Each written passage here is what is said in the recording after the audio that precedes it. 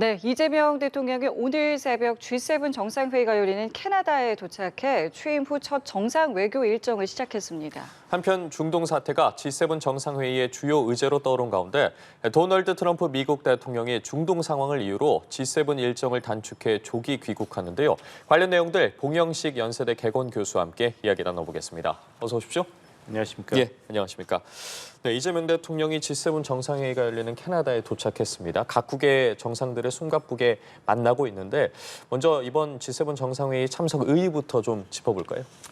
이재명 대통령실에서 이야기했듯이 그날 계엄령 선포 그리고 대통령 탄핵 전국에서 대한민국 외교가 60일 동안 멈췄습니다.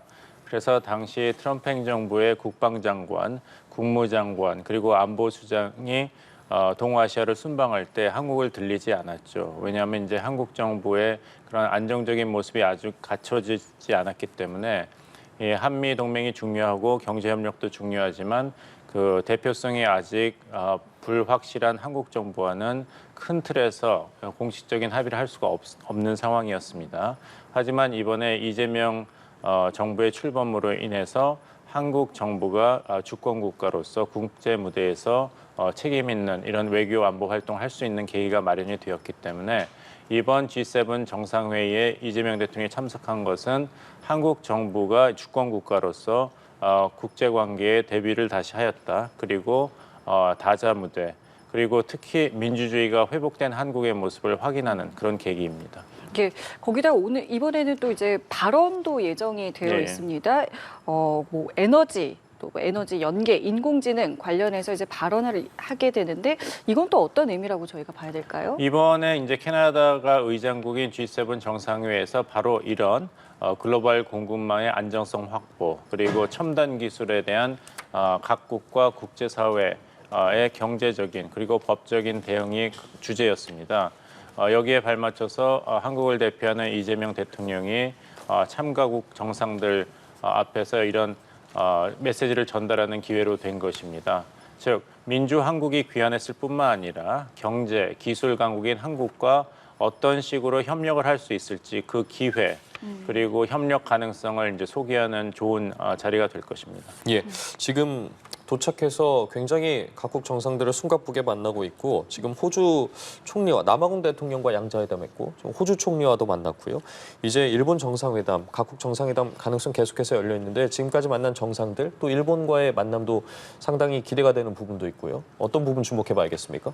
예, 그 남아공화국 대통령 그 시릴 마리포사 대통령과 양자 회동을 하였고 또 호주 총리와도 회담을 하였죠.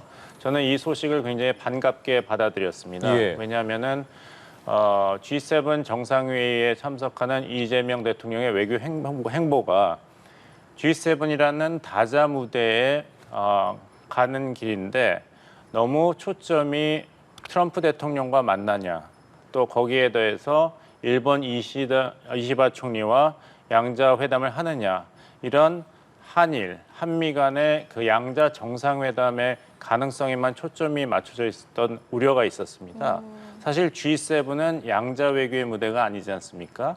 다자 무대인데 거기에 참가하는 정상들, 특히 우리나라가 걱정하고 있는 미국과 중국 사이의 무역 전쟁 사이에 샌드위치가 되어서 새로운 성장 동력을 어떻게 확보할 것인가, 미국과 중국 사이에서 기술 개발은 어떻게 할 것인가, 시장 확보를 어떻게 할 것인가, 이런 한국 수출의 그리고 수입의 미래에 대한 걱정이 많은 상황에서 제3의 선택지를 확보해야 되는데 너무 일본 그리고 미국과의 정상 간의 만남에만 이 G7 참여에 모든 스토리가 맞춰져 있다는 것에 우려를 했습니다.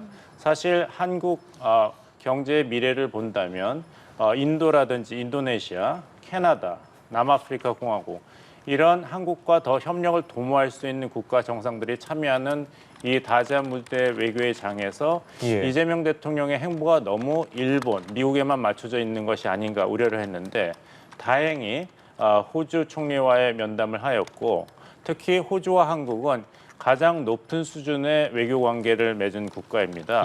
전략적, 포괄적 협력, 동반자 관계를 수립했거든요.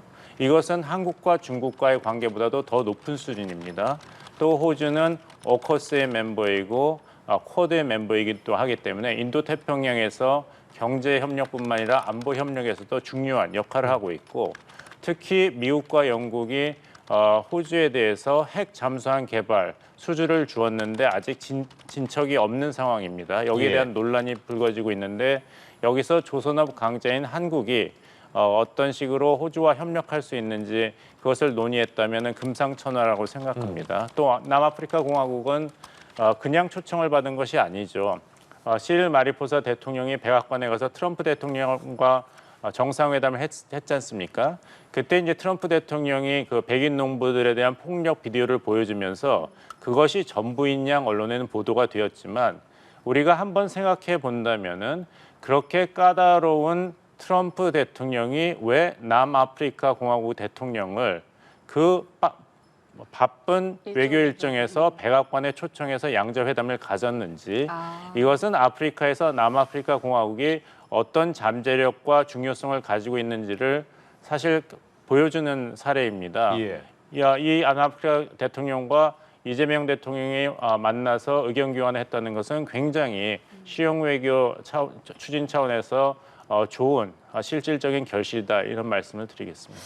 예, 자 이런 상황에서 오늘 아침에 들려온 속보에 따르면은 트럼프 대통령이 중동 상황을 이유로 일정을 좀 단축해서 미국으로 빨리 돌아간다라고 이야기가 나왔거든요. 이렇게 되면은 이재명 대통령과의 만남도 사실은 좀 어려워졌다 이렇게 볼 수 있겠습니까? 그러면 이재명 정부의 외교 참사라고 해야 맞겠습니까? 아니면 이것은 그냥 일어난 일이겠습니까? 그러니까 이것을 객관적으로 평가해야 될 것 같아요. 예. 트럼프 대통령은 취임 1기 때부터 다자 외교를 거부했습니다. 특히 유럽에 대해서는 불신을 공공연하게 표현했기 때문에 2018년이었죠. 그때도 G7 정상회의 의장국이 캐나다였는데 트럼프 대통령이 1기 취임 후 첫 다자 외교 대비가 바로 그 캐나다 주최의 G7 정상 회담이었습니다. 트럼프 대통령이 원래는 가지 않으려고 했어요. 그런데 간다고 얘기했다가 안 가게 된다면은 트럼프 정부 외교의 신뢰성이 훼손된다고 해서 가긴 갔는데 네. 가서 오히려 혼란을 가중시켰죠. 그때 유럽 정상들과 각을 세웠기 때문에 유럽 연합은 중국보다 더 나쁘다 이런 얘기도 공개적으로 하였고 크림반도는 원래 러시아 것이다. 그래서 러시아를 다시 G7에 초청해야 된다. 이런 프랑스, 독일, 영국과 입장과 정반대의 발언을 공개적으로 했습니다. 그래서 분위기가 아주 싸했죠. 그래서 당시에도 트럼프 대통령은 G7 그 공동 성명의 서명을 거부하고 떠났습니다. 예. 그다음 행선지는 기억하시죠? 싱가포르에 가서 김정은 위원장과 북미 회담을 한 것이죠. 그러니까 트럼프 대통령은 1기 때부터 지속적으로 유럽에 대한 불신이 강했고 다자 외교의 효율성을 믿지 않았습니다. 그래서 이번에도 G7 캐나다 정상회의에 참석은 하였지만 가기 전에 메시지도 G7이 대표성이 없다. 왜 중국이 없느냐?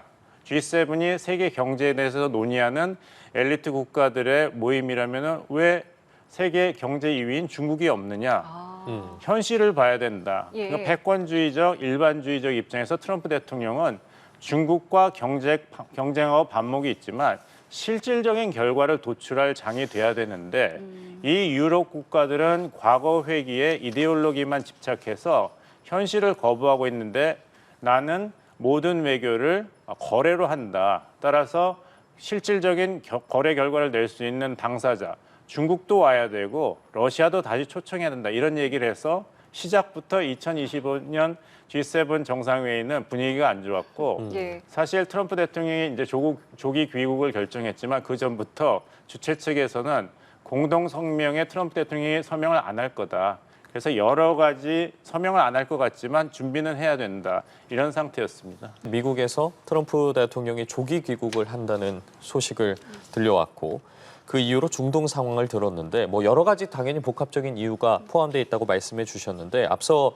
트럼프 대통령 같은 경우에도 우리 시간으로 오늘 오전에 지금 이란은 거래를 했어야 된다. 모두가 즉시 테헤란을 떠나야 한다라고 SNS를 올렸는데 현재 이스라엘과 이란 상황 심각한 수준인 겁니까? 심각한 상황이죠. 아까 말씀드린 대로 G7 정상회의에 트럼프 대통령은 애시당초부터 어떤 기대가 없었습니다. 그것이 조기 귀국 결정에 어느 정도 영향을 미친 것은 사실일 것입니다.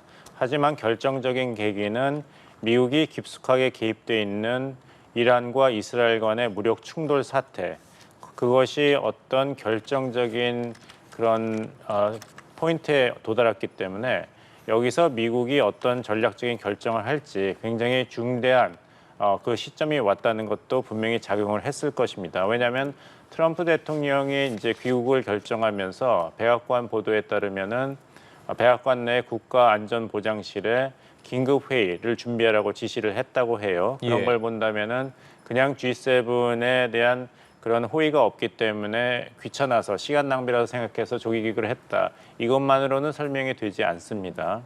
이런 말씀을 드리는 것 또 하나는 보도에서도 나왔지만 트럼프 대통령이 가장 잘 쓰는 말이 그거 아니겠습니까? 딜, 거래. 거래를 할 수 있는 결정적인 시기가 왔다는 그런 확신이 생겼기 때문에 그 백악관으로 다시 가서 준비를 하는 것이 아닌가 생각이 듭니다. 이란은 지금 카드가 없는 상황입니다. 왜냐하면 이스라엘과 이란 간에 지금 서로 드론과 미사일 공격을 하고는 있지만 방호 시설과 미사일 격추 능력으로 본다면 이란은 앞으로도 계속 막대한 피해를 감수할 게 없습니다. 예. 또 이란이 두려워하고 있는 것은 사실 지난번 공습에도 보듯이 핵 과학자들인지 군부 주요 인사들은 내부 공격으로 사망했습니다. 정밀 타격으로. 예. 그럼 이렇게 확전이 계속됐을 때 이란이 이길 수 있는가? 왜냐하면 공격이 이스라엘 본토에서 이란으로만 날아오는 것이 아니라 이란 내부에서 어디서 터질지 모르기 때문에 비록 표면적으로는 이스라엘에 대해서 철저하게 복수를 약속하고 있지만 확전에 대해서는 이란의 정치인과 군부가 자신과 능력이 부족한 것이 사실입니다. 그걸 알기 때문에 트럼프 대통령은 그것 봐라. 그래서 미국이 이스라엘의 이런 대이스라엘 핵시설 공급을 막으면서 우리가 이란과 평화적으로 외교적으로 핵 협상을 하겠다고 이야기하고 60일 동안 협상을 했는데 네. 61일째까지 이란이 거부했다. 이것이 그 대가다. 이런 얘기를 하면서 이스라엘 보고 사실상 무조건 항복을 트럼프 대통령이 지금 최후 통첩으로 하고 있는 것이죠. 그것을 기다리고 있기 때문에 예. 만약에 이란이 이런 최후 통첩을 거절한다면은 미국은 이스라엘이 핵시설 무력화뿐만 아니라 이란의 레짐 체인지, 이란의 정치 구조를 완전히 바꾸는 확정까지도 놔두겠다. 예. 이런 경고를 하고 있는 것입니다. 지금 상황이 이렇다 보니까 이제 트럼프 대통령이 조기 귀국을 결정을 한 것이고 관련해서 우리 대통령실에서도 지금 이 귀국에 대해서 확인 중이다라는 입장을 밝힌 것으로 지금 속보가 나오고 있지요. 자, 그리고 한미 정상회담도 원래는 내일 예정이 되어 있었다라고 지금 대통령실에서 입장을 밝혔습니다. 내일 어쨌든 이제 귀국을 하기 때문에 이 부분은 이제 어쩔 수 없이 할 수 없게 되는 거지만 내일로 예정이 되어 있었다라는 부분만 가지고도 저희가 많은 이야기 해줄 수 있을 것 같습니다. 예정이 되었다는 것은 그만큼 조용하게 하지만 이재명 대통령실에서 미국 측과 긴밀히 협조를 하였다. 그래서 그런 준비가 돼 있다는 것은 준비에 무리가 없었다는 것을 반증하는 것이죠. 트럼프 대통령이 조기 결정한 것은 이재명 대통령에 대한 어떤 반감이라든지 그런 것은 절대 아니고 예. 단지 트럼프 대통령이 독자적으로 결정한 것으로 보는 것이 정확하다는 말씀을 다시 드리겠습니다. 그리고 이제 이란에 대해서 이렇게 트럼프 정부가 접근하는 거 가지고 앞으로 우리는 트럼프 행정부 2기가 북한의 김정은 정권과 어떻게 접근할 것인가를 우리가 알 수가 있습니다. 기억하시겠습니다만 2019년 2월 하노이에서 트럼프 대통령이 김정은 위원장과 딜을 했는데 결국에 가서는 노딜로 그 자리에서 그냥 일어났지 않습니까? 네. 그런 식으로 이란에 대해서도 똑같이 미국이 원하는 조건으로 합의를 하든지 아니면은 제3의 옵션은 없다. 이렇게 최대 압박을 계속 구사하고 있습니다. 이런 걸 볼 때 북미 간의 고위급 이런 협상이 다시 시작될 것으로 보입니다만 김정은 정권에 대해서도 어떤 뚜렷한 조건을 제시하면서 이것이 미국 트럼프 행정부가 북한에게 제시할 수 있는 최선의 그리고 유일한 협상안이기 때문에 이것을 받아들여라는 식으로 최대 압박, 그것을 거부했을 때는 2019년 하노이 같이 우리는 다시 노딜로 끝내버릴 수 있다. 이런 식으로 강경하게 북한에 대해서 접근할 것으로 보입니다. 예, 추후에 좀 어떤 부분이 어떻게 다뤄질지 살펴봐야 할 것 같고요. 조금 전에 이제 한미 정상회담 외에 한일 정상회담도 꽤 구체적인 진척이 있다는 대통령실의 속보가 들어왔습니다. G7 정상회의가 진행이 되고 있기 때문에 저희도 실시간 들어오는 소식들 계속해서 전해드리도록 하겠습니다. 오늘 말씀 여기까지 듣겠습니다. 지금까지 봉영식 연세대 개공 교수와 함께했습니다. 고맙습니다. 감사합니다. 감사합니다.